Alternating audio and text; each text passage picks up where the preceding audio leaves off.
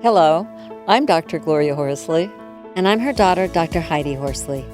Heidi and I want to welcome you to Open to Hope Conversations, the podcast.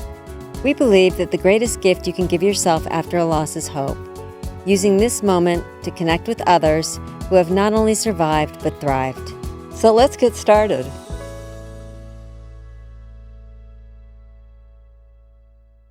Welcome to the Open to Hope show. I'm your host, Dr. Gloria Horsley, with my daughter and co-host, Dr. Heidi Horsley. Well, Heidi, we're going to have an important show today with somebody who's an expert in the field. After your brother was killed, I certainly worried about grieving children. Not a young child, but Heather was 14 and you were 19 and 20. So I know a lot of parents out there are worried about their kids after they have the loss of a spouse or another family member. So introduce our guest today. We want to get right into this because she's full of knowledge.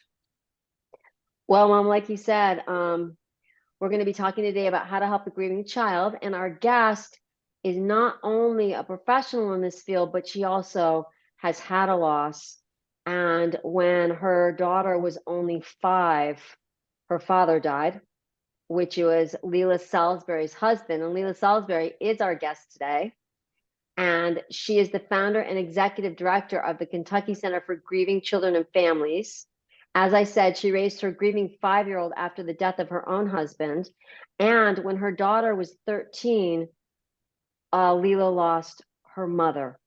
So she can talk a lot about what she's seen in working with grieving kids and what her own daughter went through and how to help them. Because as you said, Mom, this is at the forefront of every parent's life after a death. I mean, when Scott died, Heather and Rebecca were teenagers and I was 20. So anyway, Leila will help us navigate this. So welcome to the show, Leila.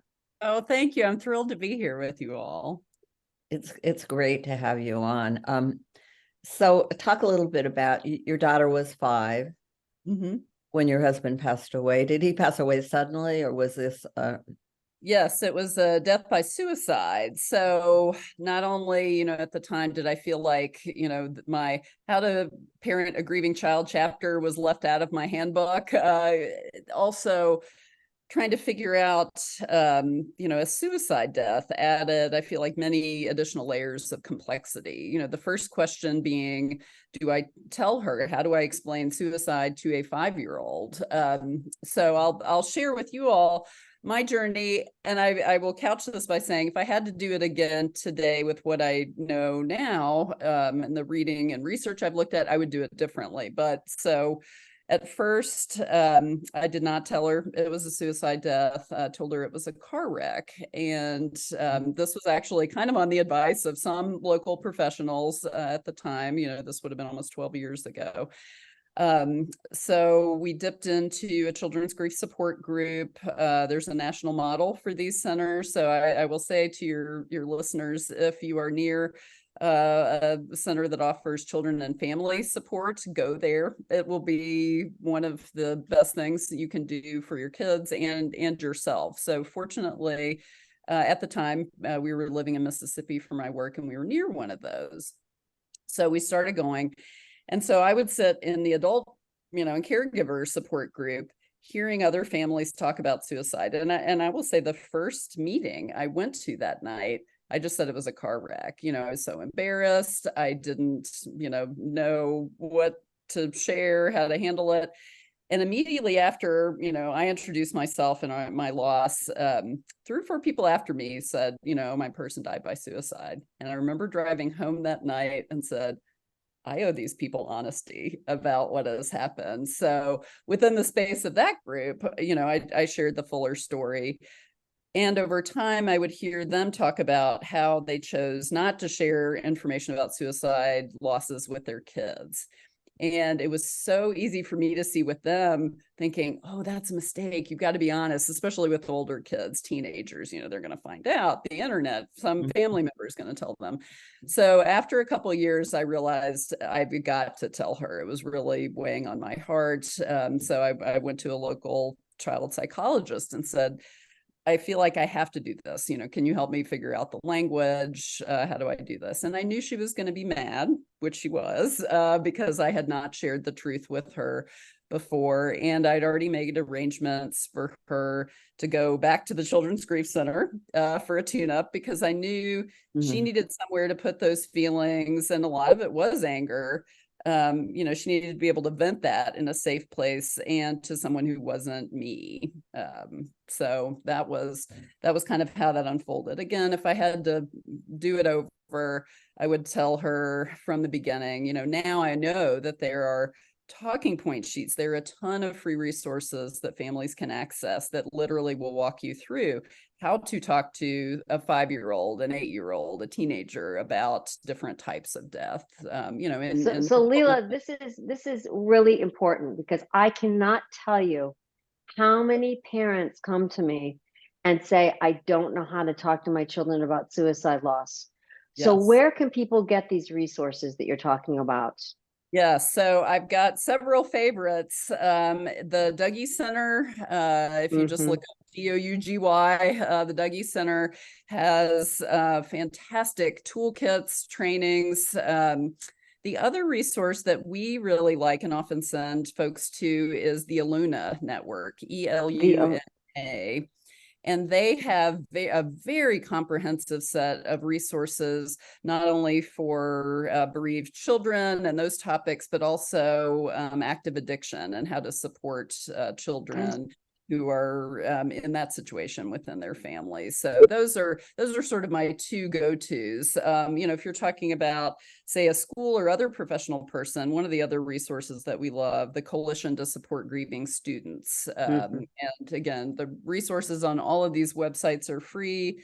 The Coalition to Support Grieving Students also has trainings, because in doing this work, we realized sometimes teachers, school counselors, actually most of the time, teachers, school counselors don't get specific training. And a child shows up in their office and said, Dad was shot last weekend, or, a suicide death. And they just kind of freeze because they don't know, what to say and how to support that child. I think what I'm hearing you and what's really important to me right now is that you didn't tell her till later. And how did you do that? Because I'll have to say, after you've had it happen, you're not in great shape saying, let's see now, how am I going to tell people? And I got to go to these resources. And I mean, you can barely turn your freaking computer on, or, you can barely get out of bed and match your shoes. It's just overwhelming that first year, overwhelming. You're going to make a lot of mistakes, aren't you?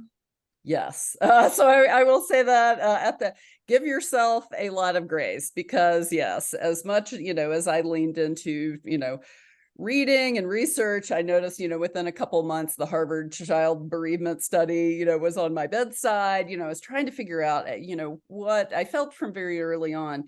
What can I do to help her in any way possible? Because also with the suicide death, I knew the research showed that children who've experienced a suicide loss are exponentially more likely to die by suicide themselves. So sort of from the outset, I felt, that's very scary. and it's a Heidi, it's something like 20 to 25% is the increased likelihood of them dying by suicide. When I talk to families, we had our recent parent group, and one of the parents who'd had a suicide loss of her husband said, my teenager, I make him leave his door open. I check in on him a lot. Am I being overprotective?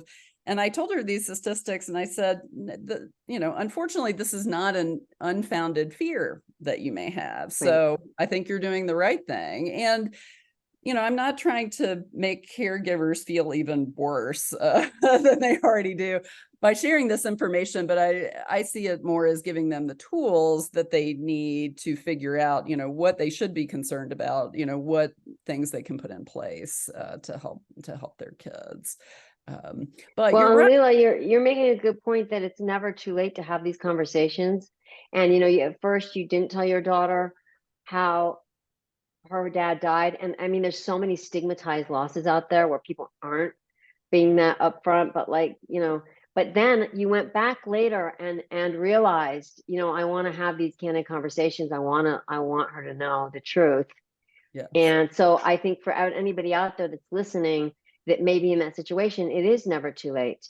And the other thing I've seen there's some really good literature out there. There's a book called How My Uncle Keith Died. And not only does it talk about stigmatized losses and suicide, but it talks about, okay, let's talk about what we can do if we get sad, what we can do if things aren't going well. Who are our support people? Who do we go to? For parents out there that are worried, that have had a suicide and they're worried it's going to happen again, these books give the kids tools and techniques and conversations about what to do.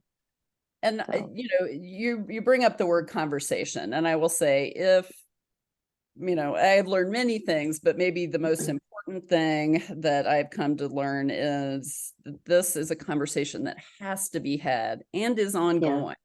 It is, it's a conversation, we're never done with realistically, but, having that conversation and the trust, and that conversation will look different, when they're 5, 7, my daughter now is 17.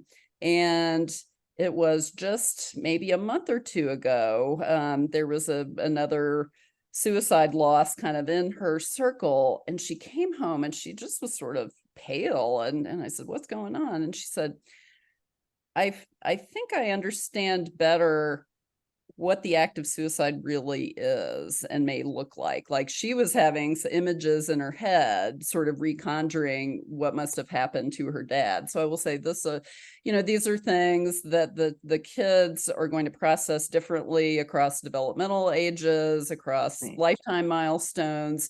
So, for me as the parent, my job is to be ready. Sometimes I can predict when those conversations will come up, and other times they are out of the blue. So just, I know that I've got to, be ready to engage, and very openly. And I will say, if your listeners are a little freaked out by this process, I get it. These are not, especially early on, they are not easy conversations to have. And I think if you can admit, this is a hard conversation to have, I'm doing my best, I may not always get it right for you, share with me. How old was your daughter before you told her, and how did you approach it?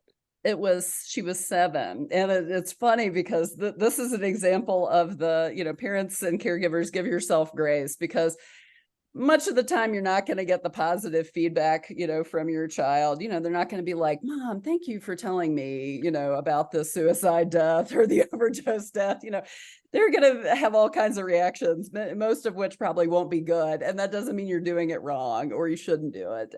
So I remember we were in the car, I did one of those classic car conversations. So we didn't have to have the eye contact, which again, maybe I would do it differently now also. So I remember we were coming home from Girl Scouts. So I told her, and then later she was like, Mom, you have ruined Girl Scouts for me. And why did you choose to tell me in the car? That my child was not one who is hesitant to give feedback. And, while she was little, she kind of gave me a hard time about it. And then when she became a teenager, one time when it came up, I said, how would a good way to have that conversation, have been? Where would it be? Right. So, and she had some suggestions, but she also acknowledged, she's like, yeah, that was never going to, be a happy or easy conversation. I get that. But what I will say, and to encourage the parents and caregivers who do these conversations, after you have this conversation, the other parenting conversations seem like a cakewalk. One time her pediatrician, she was only 10, was giving me a hard time about not having the sex talk. And, I said, hey, I've tried. She thinks it's gross. She wants none of it. And he kind of read me the riot act and left the room quickly. And then what I realized I wanted to say is, buddy, after you've had the suicide talk, I will have the drugs talk, the alcohol talk, the sex talk any day of the week. Those seem easy to me. So I try to think about what are the gifts of this as a parent. And, that is one of them. In many ways, I feel 1,000 times more capable as a parent, especially, interacting with my child about tough stuff than I did before. Wow. Talk a little bit about peer support. I know you're involved with that. And I was thinking, going through, you do carry these experiences through your lifetime. And these Mhm. peers are your age, and that kind of support of people who get it through a lifetime. We all need peer support in every area, but this is a huge area of peer support. It really is. And especially with death loss, and especially with stigmatized losses in the mix, kids feel so different and isolated, partly with kids and teens developmentally, they're very self-focused. So their natural instinct is to feel like, either my experience is everyone's or my experience is no one's. It's kind of one of the two extremes. And teens often say, and especially as they are turning to peers more instead of their family, they have a really hard time. And I know this was my daughter's experience when my mom died. It was another significant loss. She was just starting to re-grieve the death of her father with a different understanding, of what the permanence of his death and what a suicide death meant. And the permanence, they start realizing that at about 7, right? That they won't Right. And we see it a lot, 8, 9 too. We start getting a lot of phone calls from parents saying it's been years since the death. They never talked about it. They were fine. And then suddenly it's like a switch has flipped. They're crying all the time. It's like the death just happened. And, to their brain, now they understand, kids have a lot of magical thinking. And so they'll somehow believe, oh, they're gone right now, but they'll come back. Mhm. Yeah. At that age, it hits them that this is forever and I'm never going to see their them. dad's not going to be at their dance and their ball game and all those things. Yeah. So it really often comes up then. So the beauty of the peer groups then, especially at any point, but when they then are in this mode, they don't tend to find a lot of people in school or other groups who are willing to talk about what they're going through. So they do feel like they're the only one. And I remember my daughter, I asked her, why does this group feel so good to you? And she said, because there I'm not the kid with the dead dad. I am like every other kid in that room. And there is something, need just to feel normal. And for kids, the other benefit of this is many kids become sort of parentified, their caregiver may not be able to get out of bed some days, or they realize, now it's my job to get my younger brother up, make sure he gets something to eat and gets on the school bus on time. So the peer groups is a great place for them also just to be a kid, in that space. They can play and be silly, and they're not expected, to be the man of the house now, which is, another common message that especially boys of really ridiculously young ages get told. So it helps them understand they're not the only one, and then gives them that very safe and non-judgmental space to feel what they need to feel, and just normalize what's happening in their lives. Your daughter's working with you now. I would like you to talk a little bit about her and service and what you think it does for kids to be able to be out and do things connected. It's been incredible for me watching her grief journey get to this phase, where I would say it's kind of her advocacy phase of this. And that's come in a couple ways. So after my mom's death, which in many ways was actually harder on her than her dad's death initially. I don't know if that was because she was a teenager. I suspect that was part of it, maybe, but part of it too was, it was, again, the second big loss that she'd had. And again, another unexpected loss. So for her. Well, and also, Leila, I'm thinking thirdly, because you didn't have a husband and she didn't have a father, I'm guessing your mother played a really significant role in her life. Yes. And in yours. Yes, she absolutely did. She was our rock. So for Katerina, again, the second most important person remaining in her life was again suddenly gone. And the messaging she was getting from teachers and others was, it was just your grandma. Everyone's grandma died. The natural situation, So not understanding, the context in which that had occurred. So after that loss started having debilitating anxiety. She could barely be at school. We basically describe her 7th grade year as a dumpster fire. She started coming home with C's in homeroom, and this was a straight A kid. I couldn't even understand, how that was happening. And so it took a while to get the help that she needed, which surprised me because I thought, I'm the person with access, education, resources. I know best how to try to put this stuff in place. And it still felt impossible at moments, but we ended up getting connected with an equine therapy camp. So she the horses. Yes. So she called it jokingly horse camp for traumatized kids. So she Love it. spent a summer there as a camper. And then by 2 years later, she'd stayed in touch with them and went back as a counselor. Wow. Matt in summers, and, has discovered, leadership skills, that she's good at having tough conversations of all stripes. I will say she's incredibly compassionate and not judgmental, and she knows people have all kinds of things going on in their lives. So I really appreciate that this work has built that in her. Well, and she's a great example of post-traumatic growth. Yes. Because, the research is showing kids that have had significant adversity and loss in their lives, they, like you said, they show up in profound ways. They are there for adversity. They can handle adversity better. They're showing up for their peers. And it sounds like she is certainly that person.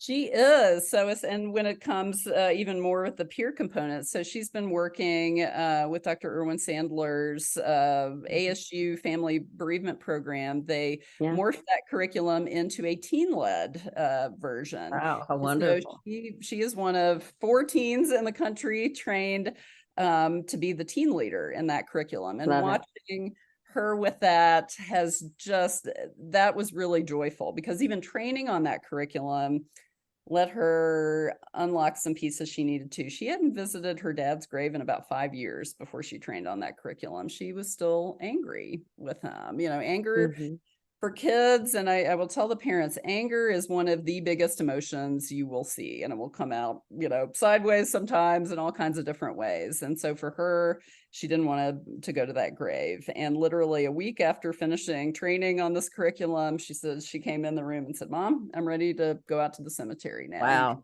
Drop me off here. I have some things I need to say, to the columbarium." All right. Well, tell us how people can find you on the internet. Yes. So Kentucky Center for Grieving Children and Families, it's www.kcgcf.org.